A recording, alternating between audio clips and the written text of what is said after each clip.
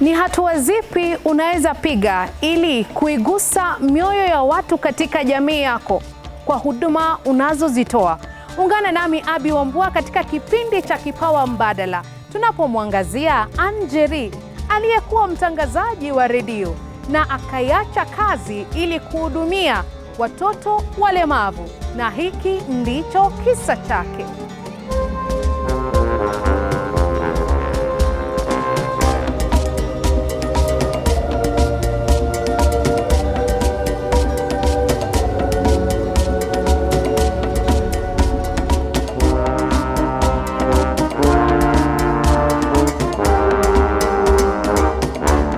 Yes, kwa majina ninaitwa Ann Njeri Wachira na mimi ni mkaaji wa Ruai.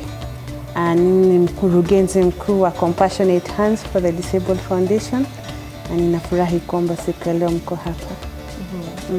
Where does your story begin? My story begins back in the year 1984. That is when I was born and I came into this world.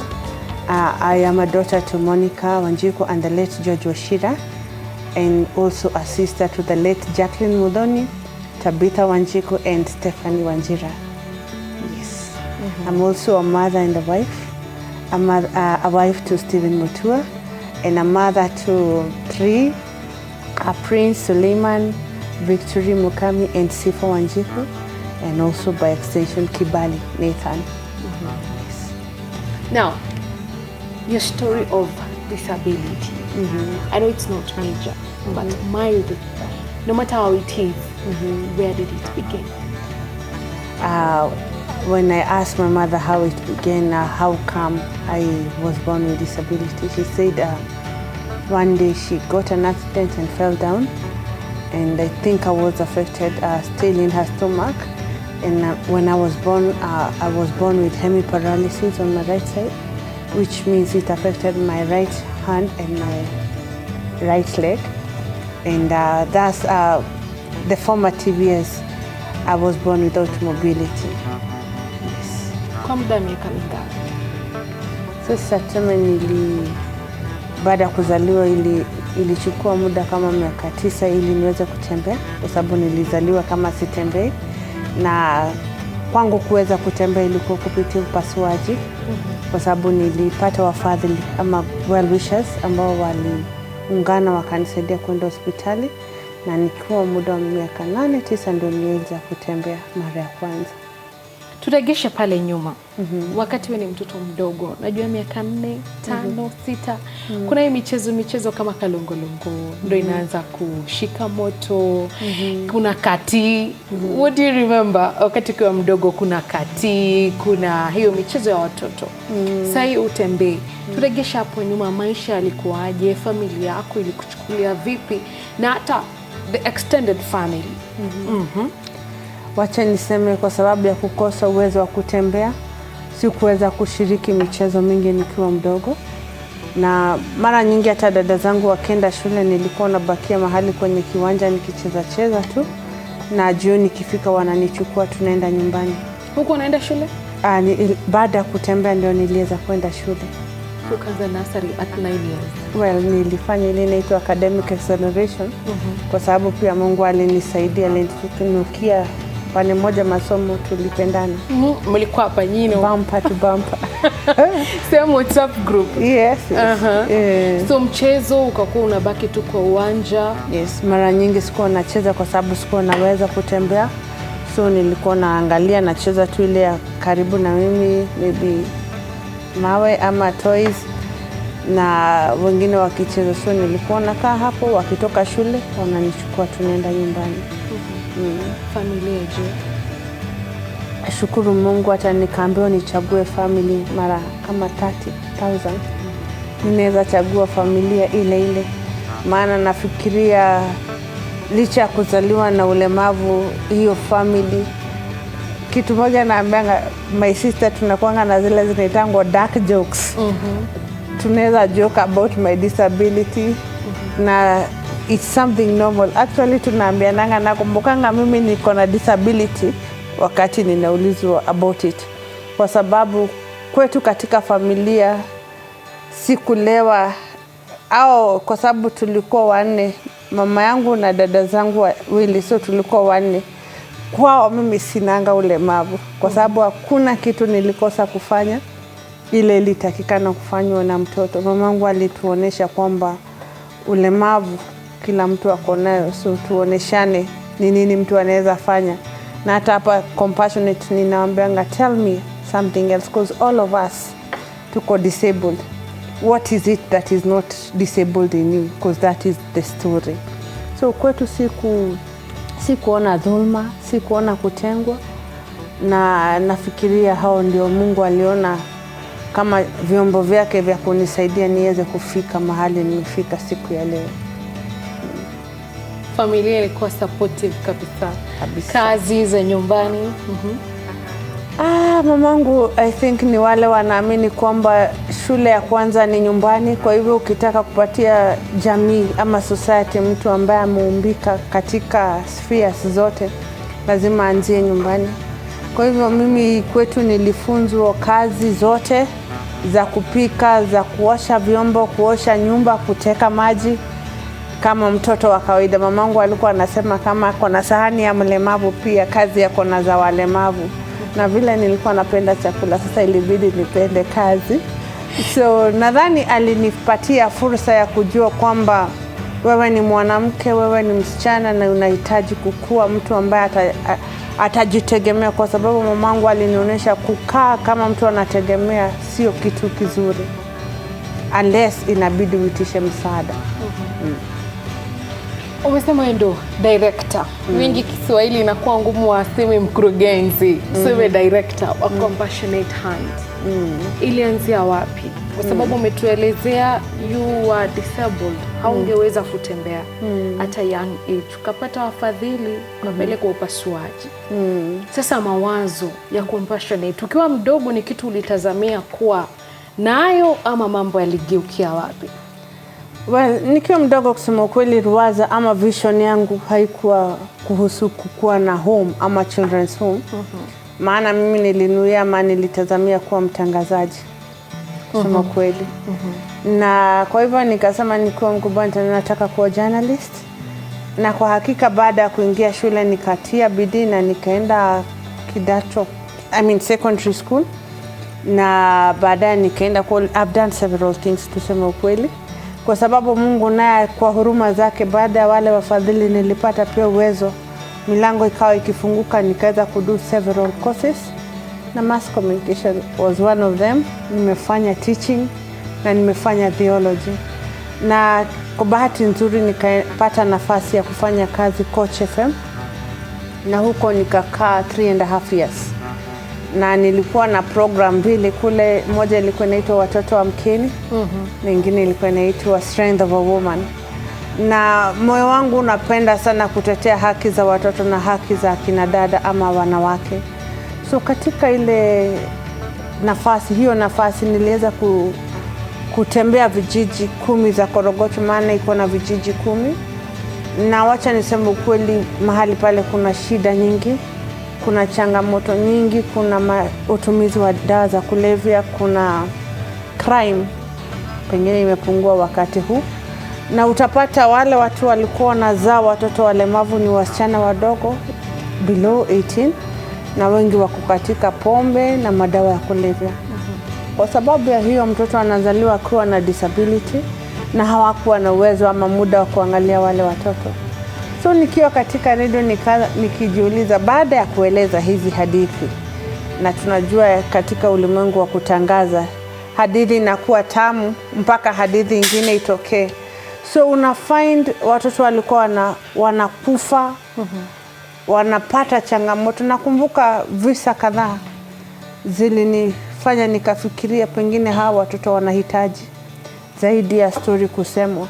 Unapata kuna familia moja moto uliibuka na wakaokoa kila kitu, wakasahau mtoto akachomeka ndani wa cerebral palsy, wakasema tulisahau.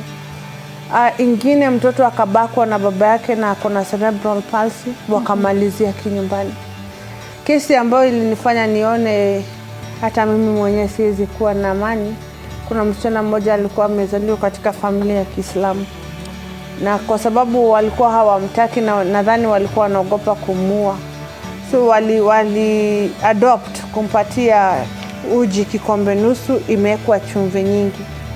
So kila siku anapokunywa hii uji alikuwa anajaa vidonda. So sisi tukimpata alikuwa na vidonda kuanzia mdomo mpaka huko ndani. So kumpeleka hospitali, kuanza sasa kurehabilitate digestive system yake. Tunashukuru Mungu baadaye alipata mtu akamuadopt kutoka Israel Embassy. But unaona ilikuwa inaitwa killing me softly, kwa sababu hawataki tu kumchanja kisu ama kumuua tu. So ikawa inanifunza mimi, nilibahatika mimi, Mungu alinihurumia sana kwa sababu sikuteswa kwa family, na pili akanitumia wafadhili wakanisaidia, kwa sababu nasemanga wakati niliinuka literally I walked into my dreams, not just physical walking. Literally I walked into my dreams the first time I walked. Now I also think education is an equalizer, it is a liberator, because for me nilikuwa na joke, naambia mamangu siku moja alikuwa na joke, sasa Njeri nikuwekee mtumbo uzani, nikamwambia acha nikwambie hiyo vision inabidi pastor wenyu akuombe juu umeona vibaya. And I will tell her I have so many dreams, I may not be a teacher. Anaambia kwa mwalimu, nitakuwa mwalimu lakini si kwa class. Anasikia huu msichana pia ni stubborn. Naambia hapana, nitago teaching. In fact I went teaching I went. Kambe sasa nimemaliza teaching, but the thing is bado kwa class. Sioni kama I want to be confined in those four walls. So and I have lived to say that watu wanaweza overcome disability limitations, because for me honestly it's not just a joke.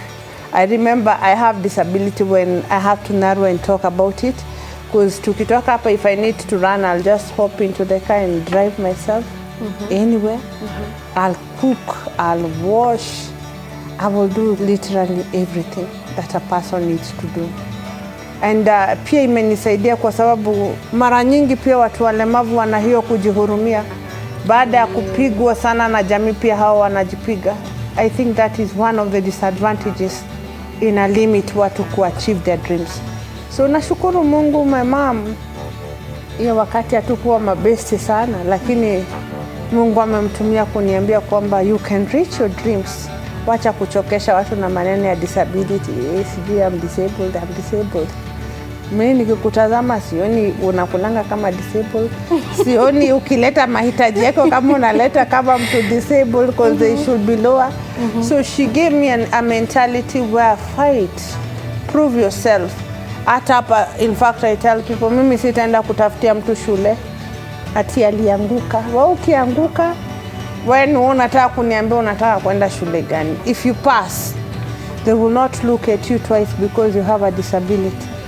They will look at a child who has a bright future and need just extra support to do what they need to do. So I think for me, I also love the fact I came with disability, because I am able to empathetically deal with them beyond sympathy. Baada ya visa vya Korogocho zikakuhusisha sana kutaka kuanza Compassionate Hands. Iko Ruai ndio, lakini chanzo chake hasa kilianzia wapi? Chanzo cha Compassionate Heart ni Korogocho. Korogocho ni baadhi ya slums zile ziko Nairobi. Wanasema kwamba it is the third biggest. Na huko kuna shida nyingi. Na shida zilizonisukumia kuanzia Compassionate kule Korogocho ni kwamba mimi ndio nimeweza kufanikiwa, nimepata kazi, ninaweza kuwa comfortable. But ni wengi hawakubahatika, kwa sababu nimekuambia watoto wanafichwa. Watoto wanateswa, wananyimwa chakula kwa familia zao, sio na strangers. So for me nilifikiria maybe wanahitaji mahali ambapo ni safe. Wapate, nilikuwa na imagine tutatafuta tu, tutaongelesha watu watusaidie na chakula. Kutatokea mtu atasema anaweza volunteer therapy, mwalimu, wapate hizi services. Alafu jioni wazazi wao wachukue. So tulianzia mahali pale Korogocho mwaka wa 2008. Kwa hivyo hii safari imekuwa ya miaka 15 kufikia sasa, na bado hatujui itamalizika lini ama wapi. But in the meantime from Korogocho tumekuwa tukifocus na shelter, kuwapatia masomo, education. Wengi wanahitaji therapy na palliative care. Wengine wao wanahitaji kwa sababu wengine wako na extreme disabilities. But wengi wao ni wale wakipatiwa hiyo surgery ama upasuaji wanatembea. Nimeona wengi wakitembea. Out of kwa sasa tuko na 106 na out of that at least 65 wako shule. Wow. Na discussing disabilities. Kama sasa wako karibu kufunga, tunataka kuchukua report forms, tunataka kusikia plans za December, kwa sababu lazima tuanzie hapo, waseme wanataka kufanya nini, target yao ni nini, na of course tunakumbushana ni nani anakuwa daktari in the next 10 years, ni nani mtangazaji, ni nani pastor, ni nani mwalimu. All those dreams are valid. Kwa hivyo tunazisikizanga, we review them. Yes. We keep on pushing. Compassionate Hands ilianza 2008, actually after the post-election violence. Kuna watoto ambao walikuwa wameathirika na the violence. Yes. Actually wengi wao ni displaced. Kama Samuel, I know umekutana na Samuel. Yes, Samuel. Tulimpata hiyo wakati wa post-election violence, kwa sababu wakati vita zinatokea mostly wale wanaafektiwa ni wamama, wakongwe, watoto na walemavu.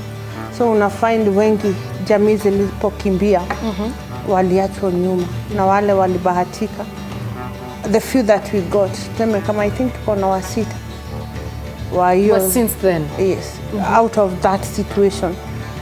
So una find, mimi nilikuwa mtangazaji, wacha nikuambie kwa nini niliacha utangazaji. Of course I had to resign, but mahali niliona future yangu na journalism ilikuwa ya post election violence, kwa sababu pia mimi nilikuwa nimepostiwa nikatangaze mahali panaitwa Kariobangi.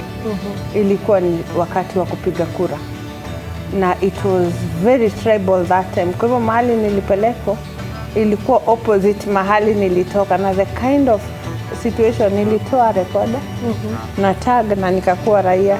Nikaanza kupiga nduru pamoja na na waliokuwa hapo. Sasa ukasema nini kwa I realized that's too much for me. Na by then nilikuwa already nishaanza home. Nilikuwa natoka kazi naingia kwa children's home. So I chose, it wasn't the softer, but I chose my battle. Nikaona wacha nipiganie watoto. Kenya Mungu ataipigania. Kila mtu abebe mzigo wake. Wacha Mungu atupiganie sote. Wewe beba tu ya watoto. Yes. Now ulikuwa unatoka kazi, unarudi. Now when Compassionate Home ilikuwa inaanza, ilikuwa boarding ama ilikuwa day school, ulikuwa na manageaje? Actually first day. Vile nimekuambia tulipokuwa tukianza the first days, personally nilikuwa na mind ya daycare. Na mtazamo ama mipango ya mwanadamu, vile tu mwanadamu anapanga. Nilikuwa natazamia waletwe asubuhi, washinde na sisi wakule, therapy jioni wachukuliwe. Nilikuwa napanga. Wewe mwenyewe. Mimi kama Angeli aka Njeri wa watoto. But baada ya wiki moja tulikuwa na 11 abandoned children. Nimekuambia hawa wasichana wengi wao wako katika dens of Changa. In fact sometimes nilikuwa tunaenda tunapata mwingine unampata yeye ndio entertainer na dansia wale wamekaa chini, yeye aliacha mtoto mahali hata hana hiyo shughuli. Kama mama Tony uko hapo una entertain wanaume. Tony ataenda nyuma. It is 10 p.m. Sasa akarudi akatoroka kabisa. Sasa akaacha mtoto. Na sio yeye peke yake, wengine wanakuja tu wanaacha watoto na wanaenda wakiendaga. Kwa sababu hata yeye mtoto ni mzigo. Ukiangalia mtoto wa cerebral palsy kumfeed peke yake in one feeding ni 1 hour. Na anafaa kula mara ngapi? 3 kwa siku. Akunywa uji mara ngapi? 2. Kwa hivyo ni feeding ngapi? 5. So 5 hours ziko dedicated for feeding. Kuna kumchange, anahitaji diaper. So hata wengine wanatoroka kwa sababu majukumu ni nyingi. Akona wengine watoto na huyu anamfunga kutafutia wengine. So ndio unapata wanatoroka ama wanawatupa. Anaenda na muacha mahali. So in a week ilikuwa imekuwa children's home. Nikaenda kuona chief anisaidia, akaniambia Njeri tunajua uko na talent. Nikamuuliza gani? unajua kuangalia watoto. Mungu ninawe bwana chifu, unafaa utafute wazazi. Ati sawa weka kaa nao. Tutawatafuta. It is 15 years later. Child 001 ule anatafutia wazazi yako form 4 this year. Wow. Anadu high school. Chief aliniambia. In fact tulikuwa naye Korogocho akatransfer akaleta Ruai. Nikamwambia unakumbuka child 001 bado unamtafutia wazazi. Akaniambia njeri unakuanga na siasa. Yeye kuanga na siasa. From 11 sasa imefika 106. Yes. Wazazi wakuji kuwatafuta. Only sasa a few are rescued from parents ambao wako terminally ill. Pia tuko na few ambao wako in prison. Na wengine mama alikuwa tana depression. Juu ya kupata mtoto mlemavu akatengwa. Kuna wengine sasa serikali kaingilia ichukue ndio yeye atafutie hao wengine. Like I have a case, mama akona watoto 5 disabled. Sasa sisi tuko na 2. Wale sasa tuliweza kurescue tukamwachia wengine. Week 1 watoto 11. Now they are burden ni wewe upambane na wao. Who was your support system? Nani alikuwa anakufadhili? Na sasa ushaacha kazi, umekuwa raia, umepiga nduru na Wakenya wenzako. Yes. Sasa huna kazi, no salary. Mfadhili wako. Sasa wakati tulipoanza uzuri tulikuwa karibu na Korogocho market. Sasa nikaambia chief, si wewe uweze tusaidie na chakula. Na umesema bado nigoje unatafuta watoto wazazi. Mimi sina shida, tuandikie barua, hiyo ndio tutazunguka. Sisi tulikuwa tunaingia na chetu cha usajili na barua ya chief. Tuambie sisi tunafanya hii kazi, hata tutaki pesa. Tupatie gorogoro moja ya maharagwe. Na wao tupatie cabbages kama 5. Tunalilia ya leo. By the time tunatoka hiyo sokoni juu tulikuwa tunaenda Wednesday na Saturday. Bado mtu wa Mkokwata donate services za kutubebea. Tunaenda hivyo, wewe ni rafiki yangu nakwambia leo nunua kaunga. Wewe ni so nilianza na marafiki na well wishers na kuongea na makanisa, but pia moyo wangu kwa sababu nilikuwa nasikia na msukumo. Mara nyingi ninarudi kwa maandiko sana. Maana ninapenda vile Mungu anapenda walioachwa. Anasema na wakumbatia walioachwa. So naambia si wewe unaangalianga orphan, usiteremke design ya maana. But tuma mtu.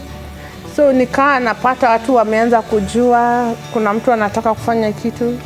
Hivyo ndio ninaonanga hata wa leo. Nimepata marafiki ambao wamekuwa tunaita pillars of compassion.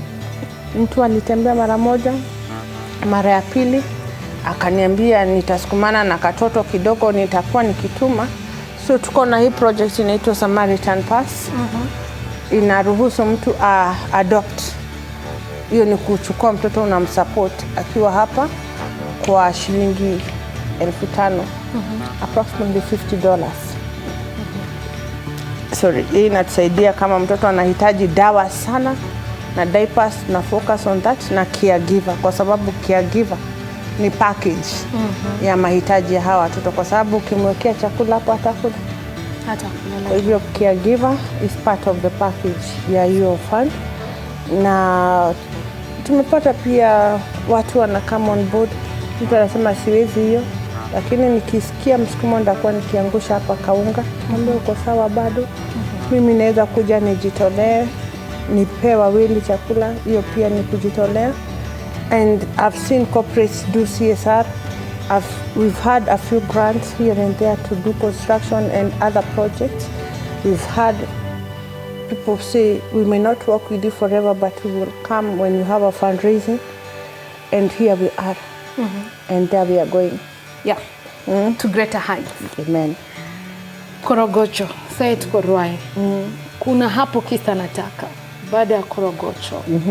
Were you still young or were you married? No, I wasn't married. When I was beginning, I was a very young girl. And I got married along the way. And in between Korogocho and our place, we call it Canaan. Hey, the city. It is a city of hope, and it is a promise that I know God. I have walked with this journey faith-filled. Not just faithfully, but faith-filled. It is what we call not knowing anything else apart from clinging to God. Because already He's plunged you into what you didn't know, didn't expect. I want to give up. In fact, I have literally given up one day because between here we are today and Korogocho, we moved until our 7th place tukifukuzwa. Unaenda mahali huo landlord anaambia we mcheria atapatiwa hapa na serikali, si unaona utoto wewe unaweza tufukuza. Ni landlord anakuja na waangalia na nenyewe hizo kufukuza, anakwambia nataka kuweka kuku. Jipange. Unajua hii ni kufukuzwa indirectly. Yes. We moved literally to 7th place. I was so tired. I'm like, God, whether who told you already ilikuwa inanibu, haikuwa inanichokesha because hey, what you signed me for is a deal that I had to be given a chance, though I wasn't. Ungeniuliza ama naweza fikiria about it, but God, we need consult. Yeah, we need our own place. We really need our own place. And there He gave me a big, an idea of what we called then 1,000 big hearts for compassionate hands. And the idea will be imagining 1,000 people, each with 1,000 bob. Which sums up to 1 million, right? Yes. And then each of those people should get 3 people with 1,000. Because the target was around 4M. And it happened. We were able to buy this place. People shipped in. By God's ability, we got, even we didn't have to look for the 1,000 people. It was realized, the idea was realized. But we were able to buy this place, still in another place. Now our 7th place, we started with 8K as rent. Nothing was done apart from me adding mabati houses, building a small slum inside that place. The rent hiked to 50K. Every year mama alikuwa anaongezea 10K. Of course alikuwa anatufukuza because pay your bag ya nitapewa. I wish serikali inaweza patia mtu. But we really say God has been with us. In those places, I've seen God mobilize people. One of my phrases is that God is the donor of donors. Because if I find somebody and the next year they are not able to, we won't kill that person. We will not hate them. We will appreciate the much they did with us, because that was the grace and that was the plan of God for them to help us from point A up to B, and then God will pick it up. As I told you, I believe God uses men. He's using me. He's using all of us to do this. So He has to be the center stage. He has to be the one giving us instruction. This place, I also didn't tell you. From Korogocho, I one day visited a lady living in a nearby place called Njiru. And I wondered, Haja, there is a place like Ushago in Nairobi. Subiri. And she wondered, aya, mpenzi mtazamaji usibanduke. Tunaenda katika pumziko ndogo na tunaregea hivi punde. Umekuwa nami Abi Wambua na Anjeri katika kipindi cha Kipawa Mbadala.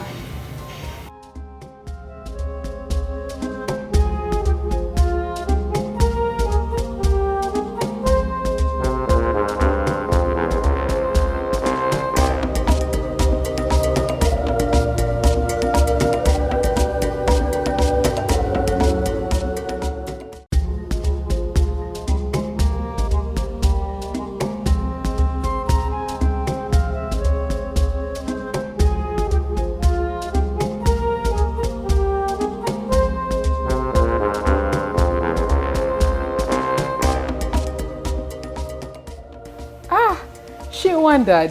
Karibu sana tuweze kujua alishtuka kwa nini. Mpenzi mtazamaji, na kisa chake kinaendelea. Karibu. You wondered. Aya. So rafiki yangu akanikaribisha nimtembele mahali panaitwa Njiru, Nairobi. Na nikastuka nikawanda. I mean, kuna environment ambao sio slum, haijajaa watu, haiko congested. Na kuna ushago. Ninapenda maneno sana ya Mushadha hivi ushagu, kwa sababu naturally mimi nililelewa slum na maisha ya slum ilikuwa ngumu, so hata nikaambia Mungu naweza taka kupatia watoto environment ama mazingira tofauti, away from crime, away from hopelessness. So nikauliza ule mama kama anaweza pata mahali naweza lelea watoto. Kaniambia labda atafute, kwa sababu hakukuwa aware that thing can happen, such a request inaweza happen. Na akapata kesho yake kwa kijiji ndani ya Nairobi. Actually mahali pakubwa. Kwa sababu in fact hiyo room tulienda ilikuwa over ambition. Sikukueleza Korogocho nilikuwa nalipa 2,500 kwa mwezi rent, na ilikuwa ni prayer item kwa sababu sina kazi, si ati tumepata wafadhili.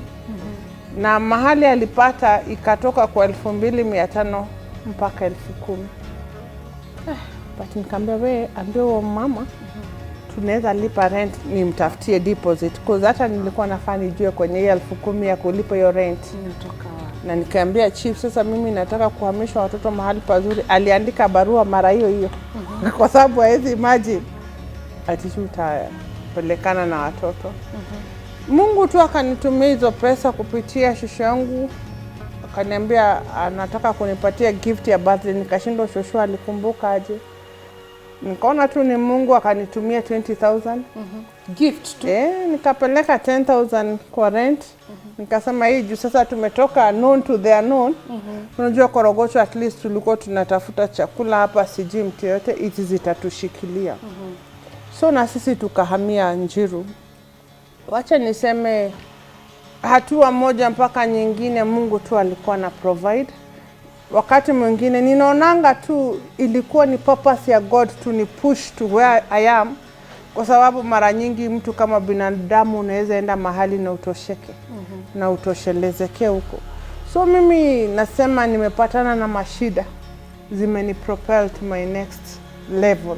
Inakufanya unakuwa uncomfortable, rent inaongezewa, majirani wanasumbua watoto, but Mungu amekuwa mwaminifu, kwa sababu baada ya kuhama mahali pamoja mpaka pengine ukijumuisha ni mara 7 tulihama.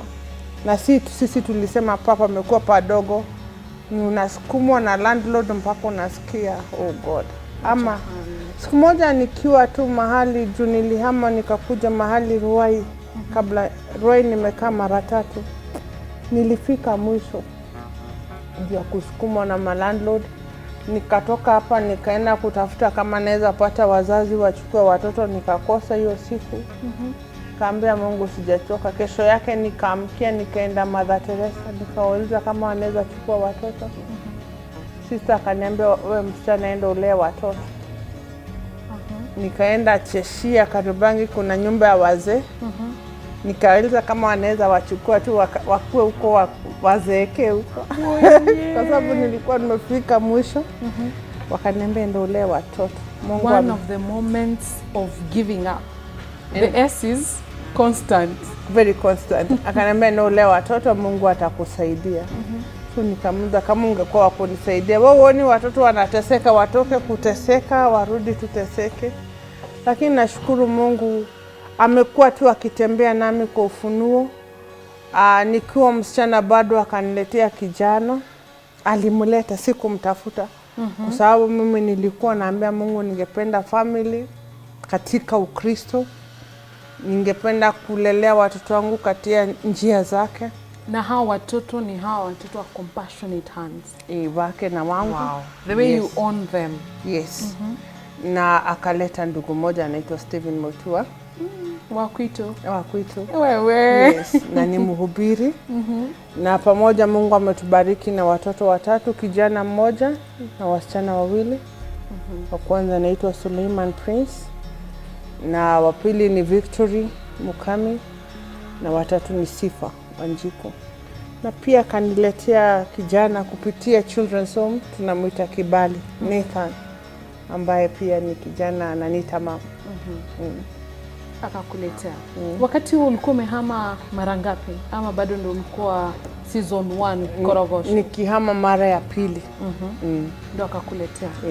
Alikuchukuaje wewe Anjeri na watoto wako wote wa Compassionate Hands wenye wazazi wao hawakuwa waliwaacha? Sasa Bwana Motua ama mhubiri Motua hata yeye akumbukange nina disability. Hiyo ndio kitu inanishangazanga na watu wangu wa karibu. Asemi, unajua ile siku ulifanya juu ya nini? Na ni ule msaidizi. I do not think that disability is a topic in my life. Actually, disability, external people, wale ukiona mtu ananijudge na disability, huyo sidhani ni wa Mungu.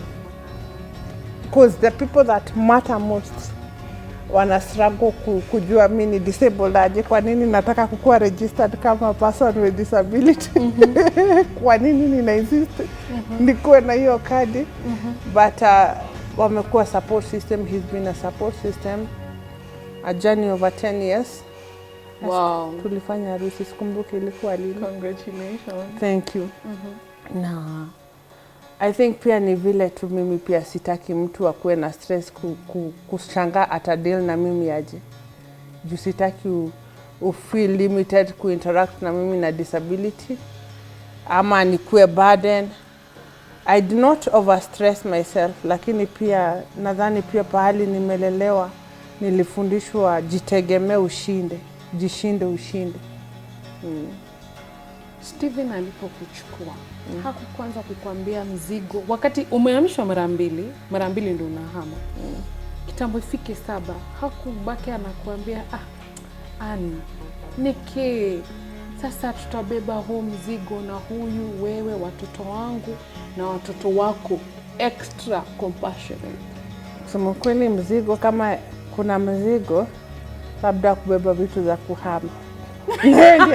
Yeye ndiye alikuwa anazibeba number 1, anaendesha gari. Nadhani hiyo haijakuwa itakuwa sababu yake kusikia ni kama hana mke, kwa sababu sidhani, hata sikumbuki kama isha affect, labda ita affect, sijui, sidhani. By the time unafikia umri wa kuoleka, ulikuwa tayari umejikubali, okay, nina something which is a disability, it is not so major. Ulikuwa umejikubali kabisa ukasema I'm walking bold in marriage, ama ulikuwa na ile sasa itakuaje, nitapendekaje? Yes. Osha niseme, to be honest, haikukuja naturally. Acceptance. But nadhani nurturing yangu nilipatiwa baraka ya mama yangu na my sisters. Na my mom foundation ile aninipatia, number 1 ya a fighter. Alikuwa anakuambia ukikuwa na mentality ya hii utateseka ushangae wewe, na mimi sitakuwa tinakulea hapa na nilea watoto wako. My mom talks and you're like, do you have compassion wewe? Mwanza kikuitisha sahani ya disability. Anakuambia unashinda ukiongelelea disability, ndio maana ukuchota maji kwa disabled na utaoga. Mtu disabled anaoganga.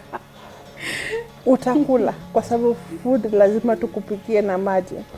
And I give illustrations.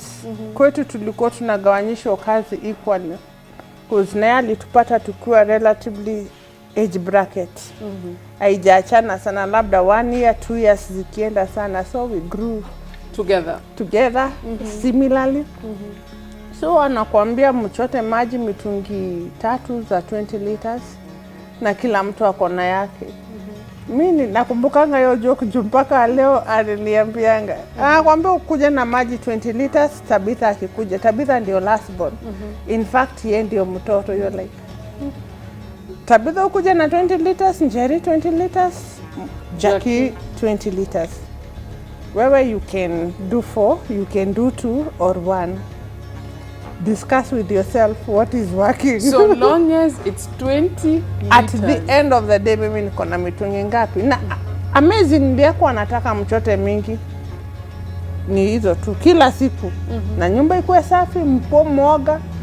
So ilinipea ability ya kutaka kufight equally, na hiyo imenipatia chance ya get positions by merit. Anything you get, work for it, my friend. Actually hiyo ndio attitude yake. So pia akishona nguo ananipatia nguo 60 juu alishona 60 nimwekee vifungo 60 kidogo, karibu tumwambie tutaenda kwa child labor. Thank God hizo hela hazikuwa na my rights my word, ungeambiwa uende nje na rights zako. But hapa ni kwangu. Today I manage this home with so many projects with ease. And I remember one of the things I have learned from early age ni kuamka mapema 4 a.m. and do whatever you need and wrap your day by 8 p.m. So in between, you're supposed to do all, I'm supposed to do, nilifundishwa hivyo. Mamangu anataka, and from that, even today, kuadopt kitu inaitwa daily plan. Write down what must be done, what time. And today I'm able to do that. Na sisemi it's something I learned overnight. I grew with it. Kupanga tasks za kusiende masaa ilishaje na kila mtu ako na 24 hours. I remember I will shiver tukiulizwa hivyo. Aje na kila mtu huyu aliosha. Na wewe kuosha na mliamka the same. Mlilala kwa kitanda the same. So naturally plan your day. Sacrifice what needs to be sacrificed. Don't be lazy. Because sometimes most of the persons with disability, they want to hide in laziness and call it disability.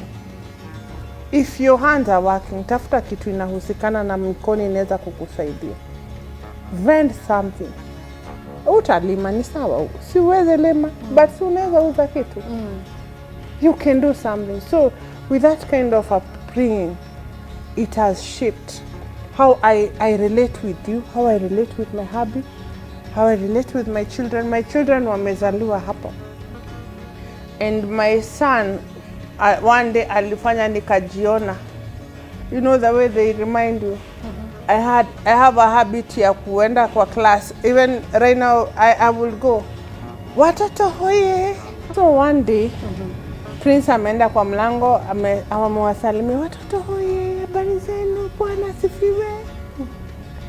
I'm like, I see me in a younger yes, version. So Victory is the second girl. She's around 6, 7. Mom, nimetoka kufeed watu hii. Wow. And nimekuwa sipi, nimefeed. So they've grown, it's part of their life. Day one, they were here. And now they are here. So it's natural for them. Prince, hata ukimpata najita assistant director, despite the fact that he is 12. Mom naenda around kuangalia vile kuko mtu fulani kwa ng'ombe, tumepata liters fulani. So he's learning, because I literally take the word train up a child the way they should. Because hata mimi nilitrainiwa. Because our persona is not about our body physically, it's about our mental strength.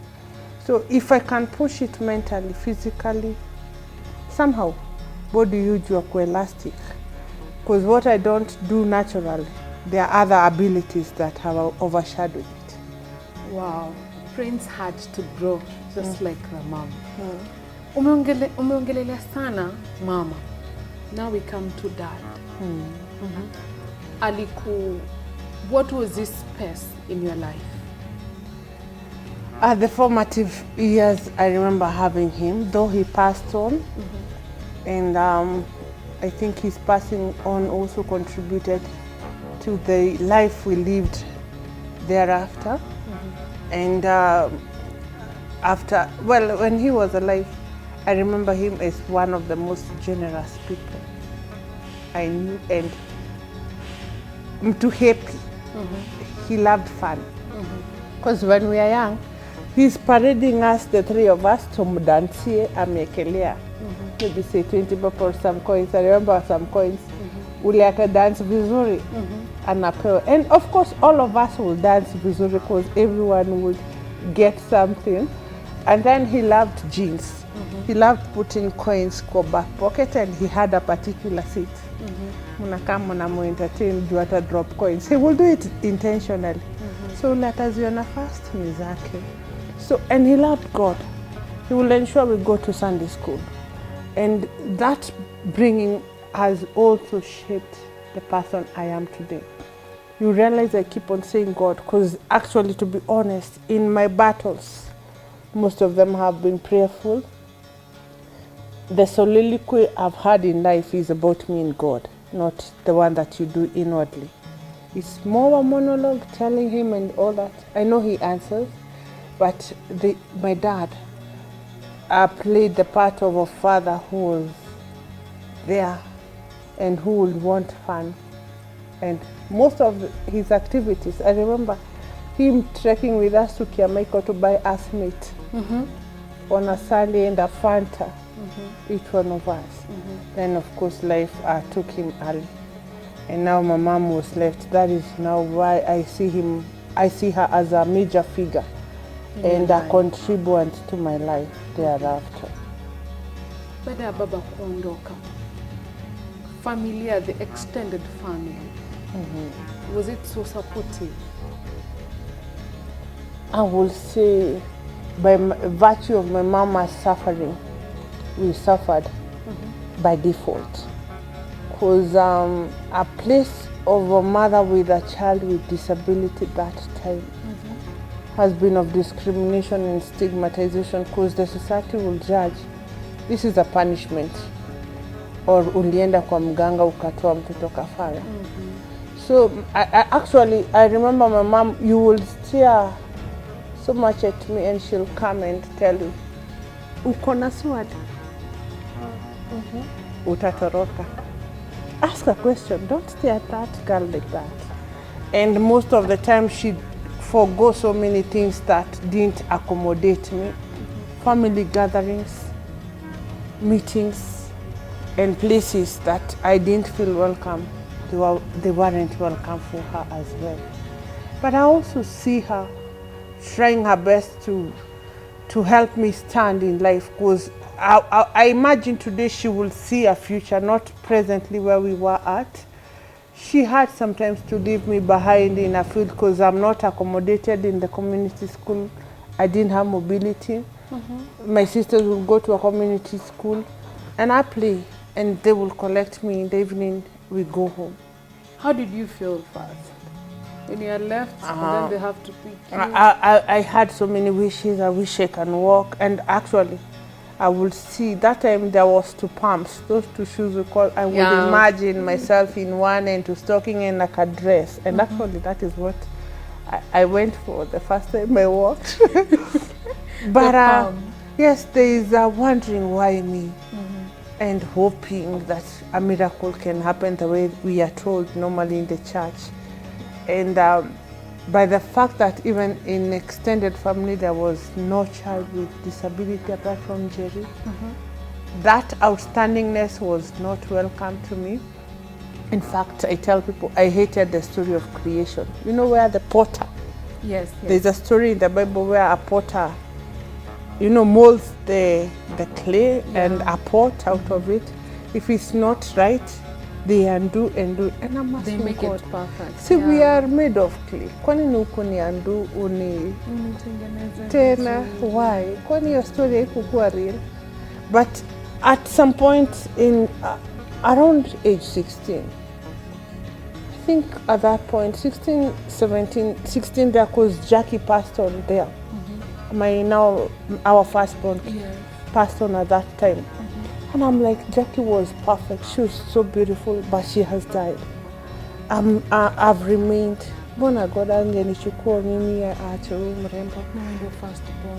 I made peace because I remembered, yes, one day I wasn't walking. Now I'm walking, yes, with a limp. My hand is still not as strong. It's very strong, but not as strong as my left. God has a purpose. So I realized, and honestly, I said, Mwilimpia ni binguni. Honestly, I started that. And I'm like, I have to live life. I can't die slowly. I have to accept what I can't change. And I accepted, and things shifted. I just decided to be out. Accept me the way I am. You do not have an option of like not accepting me unless you really, really, really matter. But I don't think you really matter if you're not comfortable with who I am. So I lived my life from there. Of course, I gave my life to Christ very early in life. And that is why most of the time. And I grew, again, I didn't also mention, on my maternal side, I found my grandmother. We were buddies. She also passed on, and she was a born-again Christian. And she was a voice also in my life. And her mother was alive. So I found my great-grandmother. All of them, I found them very strong. So I can say the position of prayer has allowed me to accept myself. And I don't think comparing myself to others was it. I had something they didn't have. Especially masomo. I feel like I am not humble. But let me say, academically, God mercifully favored me because I had to have something that works for me. So I went for it. And I did my best. Because if I didn't have friends, books were my solitude place. Yeah. And you and books, what's up? We were tight. Same page. Yes, the tightness is so tight. Yes. Yes. That's nice. And then after education, you meet Steve. Then a family begins. Prince, Victory. Who did I forget? Sifa and Kibali. What was their reaction? Unajua watoto wengine wanapogundua mamangu ni kipofu. Mamangu, watasema that can never be me. What was their reaction when they grew up seeing, my mom is this and this? Well, I must say I'm blessed. Because like you should see, every one of them loves me differently. Like Victory hugs me every 5 seconds. I'm like, Mama, you don't want to rest? Oh, you don't want a hug? I want. Okay, let me hug you. Sifa, all of them have a different personality. But Prince will check on me like kuna mtu ataniiba. And she's that gift that someone like me needs. So my children, they're a gift. They fear God. They love me. They're proud of me. I must say it's a blessing. And I pray that people will get that. That is what I would wish for others. Yes. I mean, like I literally, my day starts at 4 a.m. and I leave them behind as I go to the farm, the dairy farm. And I'll come back maybe say 5:30. And also, of course, I have to come and check. I live behind near the Rehema Farm, and from 6, mostly I have like settled most of the stuff on the home. I'm in my place. So 6 to 8 strictly is for those children to tell me, to play, to read. You know, I need a recap of how their day was. yeah. That time, by 6 we are done with supper, by the way, we eat very early. So it's changing and telling me story and telling me plans and telling me the same story again. So there's a bonding that you don't need to be told. They are all over me. Yes. They love that about you. Back to Compassionate Hands. In absence of donors, wakati una wafadhili mtu tu anakuja na kuletea chakula, what extra mile have you gone so that iwapo kuna donors, iwapo hakuna, at least hamtakosa?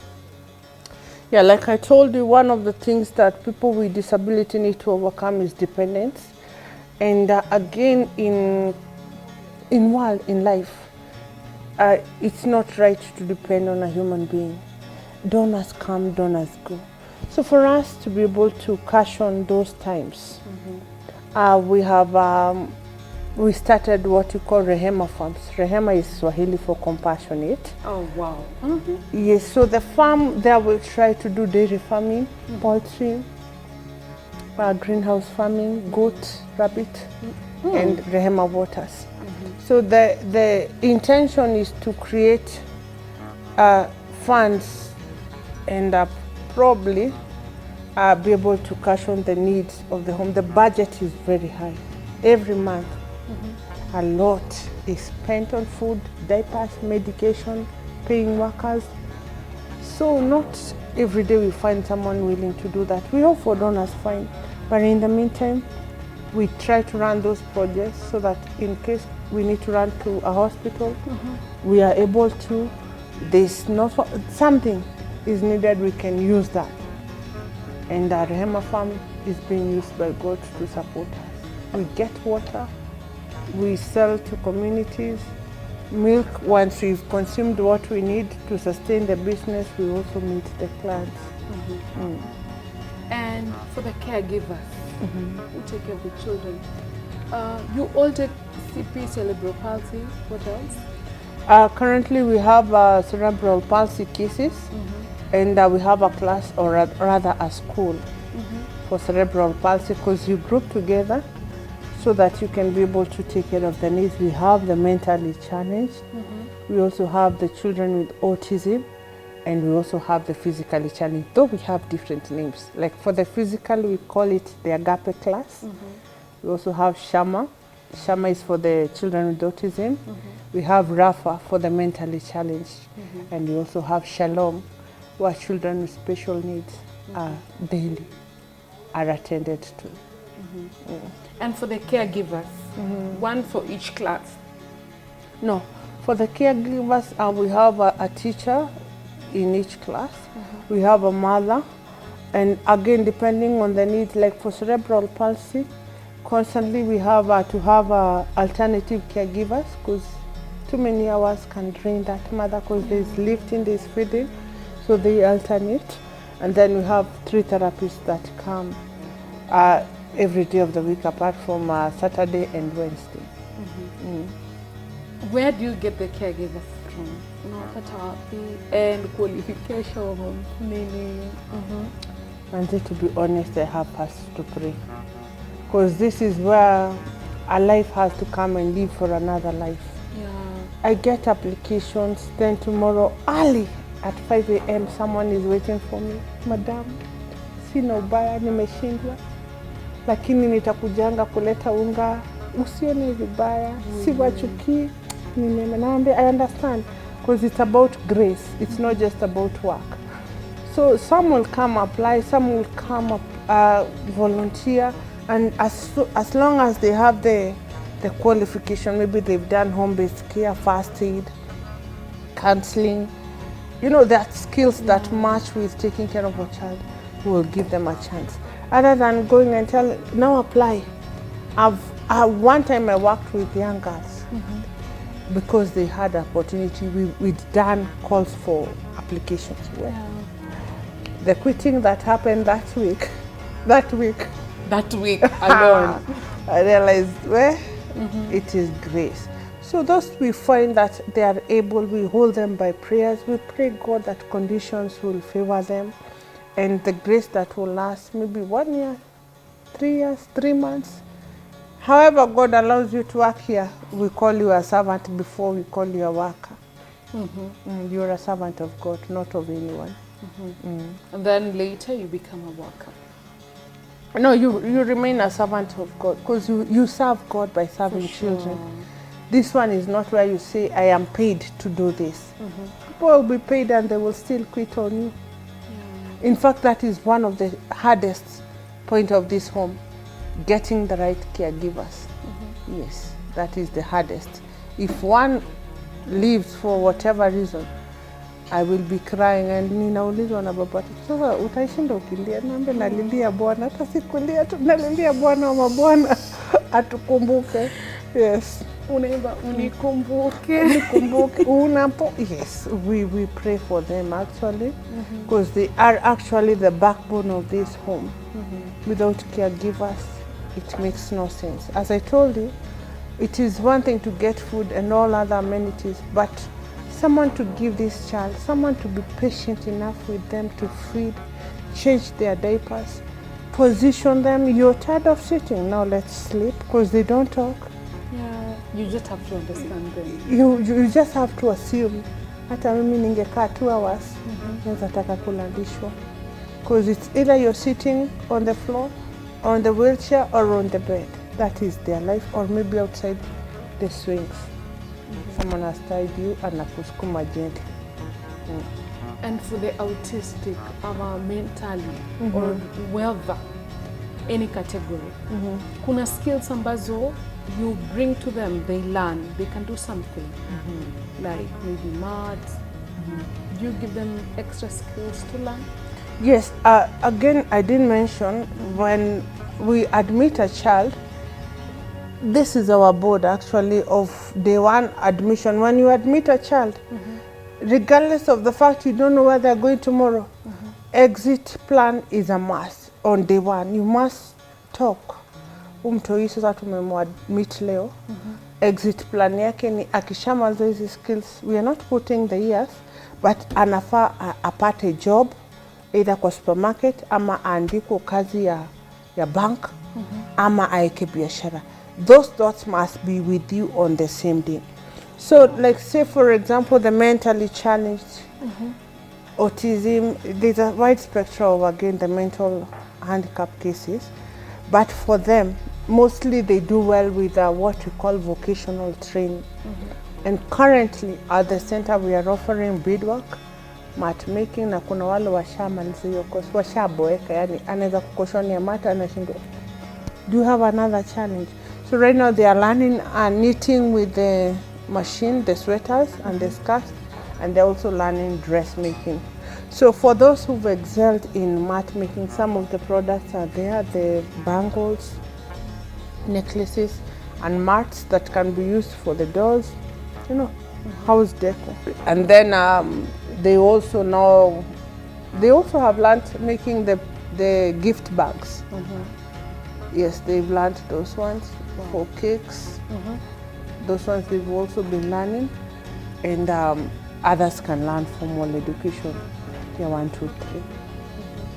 So it's a normal school, a school and a home. A school and a home, where we give the vocational skills and train them in readiness of, some are integrated once they go through this, they join now the regular schools. Now, how long do they stay here? It's a school, it's a home. I would really want you to answer this both. How long do they stay here? And what is a ticket for a child to be brought in here? Do you pick any child or do you have specifications? No, number one, for us to admit a child, it's not like we've had a space. Saa zingine tumesukumwa. Like for example, actually no the local administration wananijua. Njeruki mpigia ataanza kuambia hakuna shule. She's very confident on phone. But when they showed up here with a child, I don't tell them this, but psychologically, as in washalan, like I think a month ago, that's when we did our latest admission of a girl I named Neema. She came at Anna Jina, very small, around 3-4. Yes. Amebebwa na OCS wa Mlolongo. OCS, sorry for description, ni mkubwa. I know you can imagine an OCS. Yeah. Amembeba tu hivyo, hana anything. Akaniambia madam, tulikapata kwa bridge, and asijui what bridge, kamekwa hapo, and you can tell it's a truth. Hana anything else, and this is a man. Ati tumeweza tu kumnunulia maziwa. Kwa hivyo ajakula, na hana mali, na sisi ni wanaume, hata hatuwezi mchukua. Sasa madam, wacha basi nimkujie kesho. You know this is a lie. You're like, OCS uko na barua. Wefanya hivi ukuje basi na barua na ubi namba ya placement. So once there's a space or such conditions happen, sometimes it is the only resort. It is the last resort. Maybe sometimes the child is abandoned in the hospital. I have several who said like, yes, wakajua mama alijipea shughuli, alienda kwa choo akiendaga. So they have to be placed in the home. Sometimes they are abused in their families, so they are put under court orders, and maybe a restriction of the family. There are reasons. I've seen mothers incarcerated.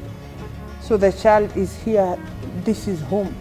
And some are total orphans or child X who does not have a past. You're creating, like Kibali doesn't have a past. So that's why I had the privilege of giving my name, Njeri, as his surname. So that one. Now our exit plan for, say, Kibali is a future of education and employment or business. But again, it's not after 18. Some children take longer. Yeah. It is as soon as they are empowered. They've gotten the required skills. They are able, they have socially been assisted to fit in the society, and they are participating in the socio-economic activities.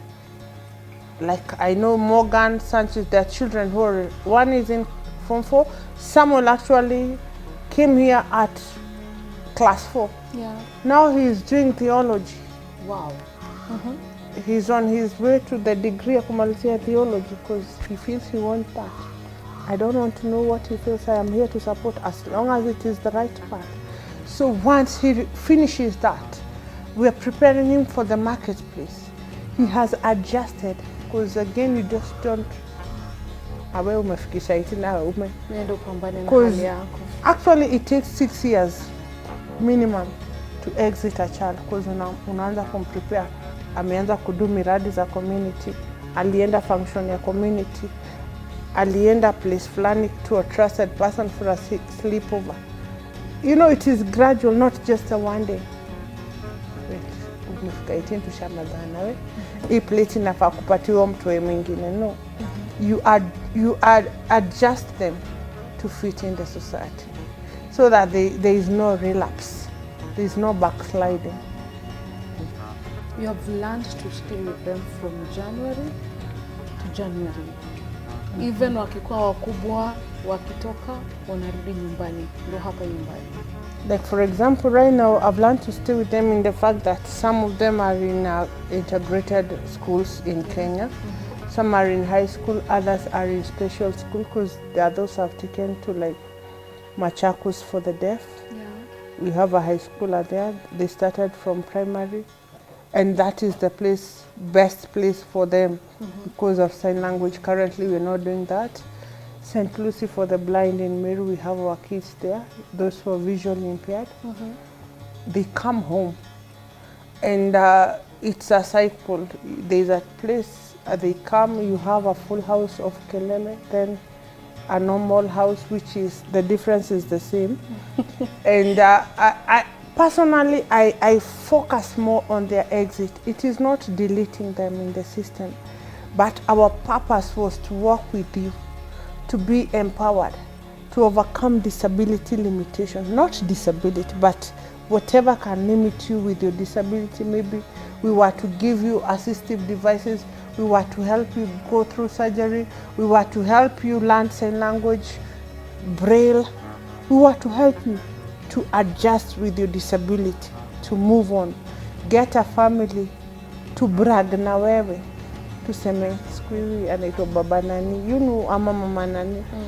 I want my life not the highest attainance, though I've done my best.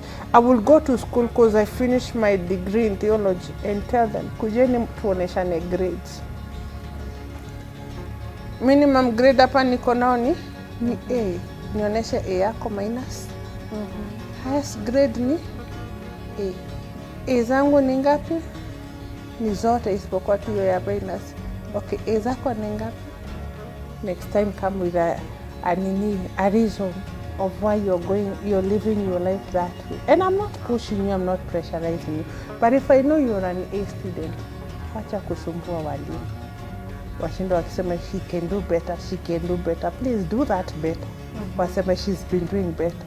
Yeah. So that is what I'm telling you. So for me, I prepare their future right now. Even we discuss, like Sanchez, beginning of this year, we asked us to discuss after November. This is December 24, unataka kukula Christmas kama citizen.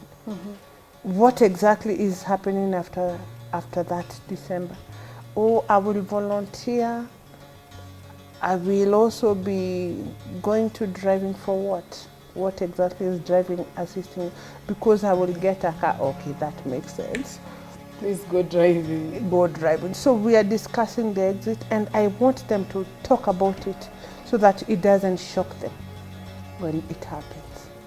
To a parent, mzazi ambaye ana mtoto mlemavu lakini anataka kumchukiza, anataka kusema fulani huwezi enda mbali, fulani hata huwezi, una ujumbe gani kwao? Number one, kwa mzazi lazima wewe ujue wewe ni Mungu wa pili wa huyo mtoto, na Mungu ana uwezo wa kubariki na kulaani. Kwa hivyo wewe kama mzazi unaweza bariki na laani huyo mtoto, kwa sababu in fact imani ya huyo mtoto inaumbika kutoka kwa family. Na lazima ukuwe na maono kubwa kwa huyu mtoto, umsaidie aweze kuingia. So number one, affirmation that is true ni mzazi. Akionekana hapendeki nyumbani, hata kuwa na confidence ya kustep outside their doorstep. But mzazi akiamini, akido their best, mtafutie shule mzuri kama unaweza, mpeleke mahali, mtafutie usaidizi ili anahitaji. Kama hatembei, kama si wa surgery, wacha akae tu kwa wheelchair.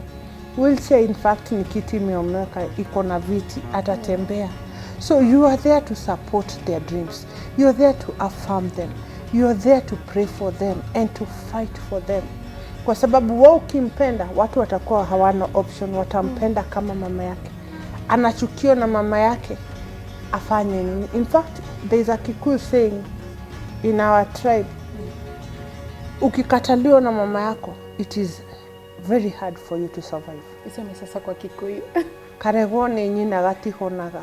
Hiyo sasa. Hiyo sasa. Yes, you do not survive if you do not have a place. Even animals, look at the animal that is kicked by the mom. Yeah. They rarely survive. So that is the rule of the jungle. The mother is the first covering. It is the first faith. It is the only truth this child will hold on. Ukimwambia hawezi. Even on other children without disability, but for this one with disability, the mom is number one advocate. Lazima ukuwe number one daktari, number one teacher, number one everything, because they learn first. Let the charity that begins at home begin with you, mama, or you mzee. And to the society. Jamii ambayo labda inaambia watoto vibaya. By the way, kuna mtu ashe kuambia vibaya kuhusu disability yako? Ni wengi, lakini sasa hizi wao ujifanya wakumbuki, na mimi pia sitaki kukupeleka kwa guilt trip na kuambia by the way. Mmoja aliambia mamangu akona bahati alizaa mabinti watatu, kwa sababu wa pili forever atakuwa mtoto na atakuwa mzigo. Amazingly God spoke through me. Nikamwambia my mom, mimi nitakuwa, and today that is my life. Nitakuwa na ofisi, nitaletengo report. I will even employ people who have been educated more than me na what I submit their CVs. My mom siku nyingine nilimchekesha hivyo, nikamwambia by the way mama, unakumbuka Nyaboda na ofisi kubwa? Na maneno sana. And even sometimes my mom amekataliwa kwa meetings because of me, and she forwent those meetings. If Njeri is not accepted, then it's not worth it. I have seen her stand with people who want to violate me outrightly, and she tells them, before you do it to her, you need to do it to me first. So if people got such a mother, then you have a lot that you needed in this life. For sure. Kwa jamii kama hawa watu kama kina nani ambao wanaangalia watoto wengine, they are looking down to them. Una ujumbe gani kwa the society at large, whether the church, whether the government, whether the neighbors, yes, and even the extended family? Mi ujumbe wangu kwa jamii ni kuambia kwamba vile tu tunasema inachukua jamii mzima kulea mtoto, hata mtoto mlemavu inagharimu jamii mzima kumsaidia kuweza ku overcome disability. kwa sababu number one, ningependa kusema kwamba ulemavu hausambazwi kupitia hewa. It's not an airborne disease. Yeah. So huwezi kataza watoto wale wengine kucheza na mtoto yule juu ako na ulemavu, mnamtenga. Na pia kwa jamii, mzazi hakufanya makosa ndio akabarikiwa na mtoto ako na ulemavu. Hakufanya uchawi, hakufanya lolote ndio akapata ule mtoto. It is not a wrong they did. Hii ni mapenzi ya Mola na inaenda vile Mungu anataka. Tena ningependa kuwa challenge. Angalia yule mtoto wa disability amesaidiwa na jamii. Most of them wanakuwa in positions that watu wengi hawawezi compete. Kwa sababu Mungu naye ni wa huruma. Kila alikosa kumpatia, pengine alikosa kumpatia miguu, angalia akili yake. Inagharimu watu watatu wa combine akili zao wapate hiyo moja. Wanakuwa na talanta, wanakuwa na uongozi ambao uko ndani yao, na they do well once they get that chance. So let us give them the chance to the government. I know kila kitu ni serikali saidia, but the government iko na juhudi ya kuhamasisha watu, iko na resources ambazo ni public, zinafaa kutengenezwa zikuwe disability friendly. Kwa sababu shule kama haina choo disability friendly, chakula ile inapikwa pengine huyo mlemavu haizi kula, na pia iandike walimu wengi wanaweza fundisha, na pia hiyo fund ambao inapatio disabled. The other day nilienda, sisi watoto hapa ni 106. Na hiyo region walikuwa wanatafuta watoto 76 wakuwe included kwa hii mass registration ya disability ya kuingizwa kwa pesa ya serikali. Nikajiuliza hiyo 76 hata sisi tungepewa bado haitoshi. Na definitely hawawezi chukua watoto 76. So mimi ninajua tax tunaendelea kulipa, lakini wengine hawawezi pata pato. Hata wakipatio pesa za kuanzisha biashara, wazazi tumewasaidia. So serikali iko na jukumu na pia capacity building ya society ili watu waweze kuishi na walemavu jinsi inafaa. Na kwa wale watu ambao wanataka kujiunga na Compassionate Hands, watu ambao they want to become pillars by support, how should they come about it? Well, for you to come and support us or even become a pillar, first of all, we need to let you know there are many places that you can plug in. Number one, we allow people to come and volunteer their services, whether professional or non-professional. You can come feed the children, you're a doctor, you can come, you're anything, any field, as long as it is legal and applicable here, you can do voluntary work. You can also become an ambassador by telling about the home to another person, because that is how we keep the chain, because you know the next person, you know where we can get help. The other way you can support is by donation, either in cash or kind. And we also advise people to come and give. Na kwa wale watu ambao wanataka kujiunga na Compassionate Hands, watu ambao they want to become pillars by support, how should they come about it? Well, for you to come and support us or even become a pillar, first of all, we need to let you know there are many places that you can plug in. Number one, we allow people to come and volunteer their services, whether professional or non-professional. You can come feed the children, you're a doctor, you can come, you're anything, any field, as long as it is legal and applicable here, you can do voluntary work. You can also become an ambassador by telling about the home to another person, because that is how we keep the chain, because you know the next person, you know where we can get help. The other way you can support is by donation, either in cash or kind. And we also advise people to come and give children long hope, like for example, engage in academics or long-term rehabilitation. So by that you can become a pillar, like the already existing ones, and support a child on a monthly basis, annually, or however long God will enable you to do. So you can reach us on 0725 982 882. Again, 0725 982 882. That's our office number. Our email address, or rather mine, is ann.chdf@gmail.com.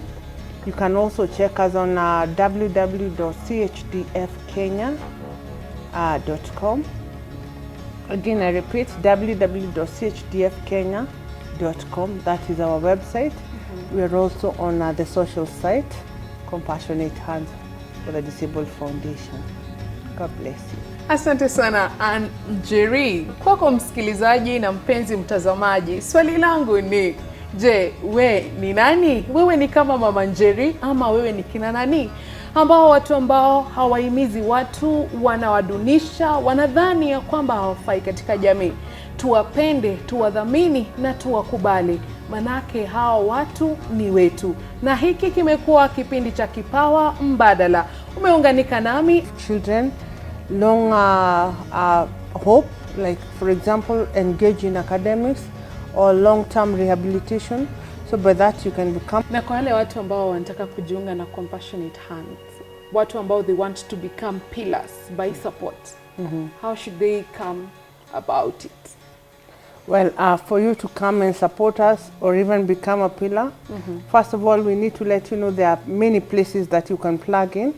Number one, we allow people to come and volunteer their services, whether professional or non-professional.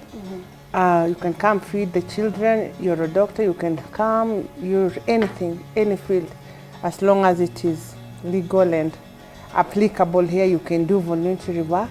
You can also become an ambassador by telling about the home to another person, because that is how we keep the chain, because you know the next person, you know where we can get help. The other way you can support is by donation, either in cash or kind. And we also advise people to come and give children long hope, like for example, engage in academics or long-term rehabilitation. So by that you can become a pillar, like the already existing ones, and support a child on a monthly basis, annually, or however long God will enable you to do. So you can reach us on 0725 982 882.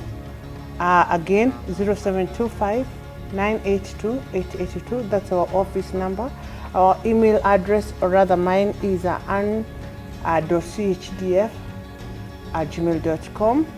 You can also check us on www.chdfkenya.com. Again, I repeat, www.chdfkenya.com. That is our website. We are also on the social site, Compassionate Hands for the Disabled Foundation. God bless you. Asante sana Ann Njeri. Kwako msikilizaji na mpenzi mtazamaji, swali langu ni, je, we ni nani? Wewe ni kama Mama Njeri ama wewe ni kina nani? Watu ambao hawahimizi watu, wanawadunisha, wanadhani ya kwamba hawafai katika jamii. Tuwapende, tuwadhamini na tuwakubali. Manake hao watu ni wetu. Na hiki kimekuwa kipindi cha Kipawa Mbadala. Umeunganika nami Abi Wambua. Tupatane katika kipindi kijacho. Kwa hivi sasa, kwa heri.